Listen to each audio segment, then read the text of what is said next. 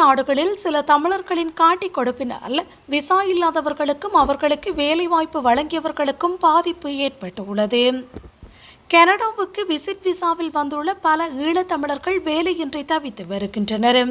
அவ்வாறானவர்களுக்கு சில தமிழ் கடை உரிமையாளர்கள் வேலை வாய்ப்பினை வழங்கி வருகின்றனர். எனினும் இதனை ஏற்றுக்கொள்ள முடியாத சிலர் கனேடிய குடிவரவு அதிகாரிகளுக்கு தகவல் கொடுத்துள்ளனர். இதன் காரணமாக பல தமிழ் கடை உரிமையாளர்கள் சட்ட ரீதியான பிரச்சினைக்கு முகம் கொடுக்க வேண்டிய நிலையும் ஏற்பட்டுள்ளது.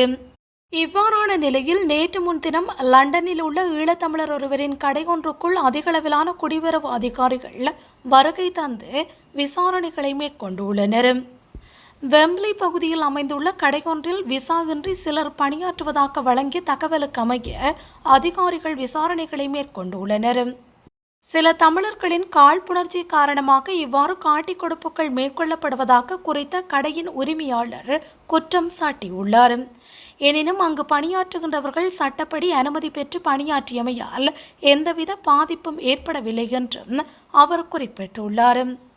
ஆனாலும் கடந்த வருடம் இதேபோன்று சிலர் காட்டிக் கொடுத்தமையால் அங்கு விசா இன்றி பணியாற்றிய சிலர் கைது செய்யப்பட்டதுடன் 15,000 பவுண்ட்ஸ் அபராதம் செலுத்தியதாகவும் தெரிவித்துள்ளார்.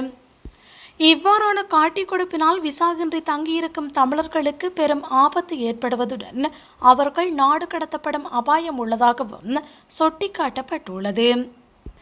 வெளிநாடுகளில் உழைத்து வாழ்க்கையில் முன்னேற்றம் காணலாம் என்ற நம்பிக்கையில் பலர் பெருந்தொகை பணத்தை செலவிட்டு வருகின்றனர். அவ்வாறானவர்கள் முறையான வேலை கிடைக்கும் வரையில் இவ்வாறு கை காசுக்கு பணியாற்றி வருகின்றமை குறிப்பிடத்தக்கது. இவ்வாறான நிலையில் சிலரின் காட்டிக் கொடுப்புகள் அவர்களின் வாழ்க்கையினை முழுமையாக கேள்விக்குறியாக்கும் என்று லண்டன் கடையின் உரிமையாளரான ஈழத்தமிழர் ஆதங்கம் வெளியிட்டுள்ளார்.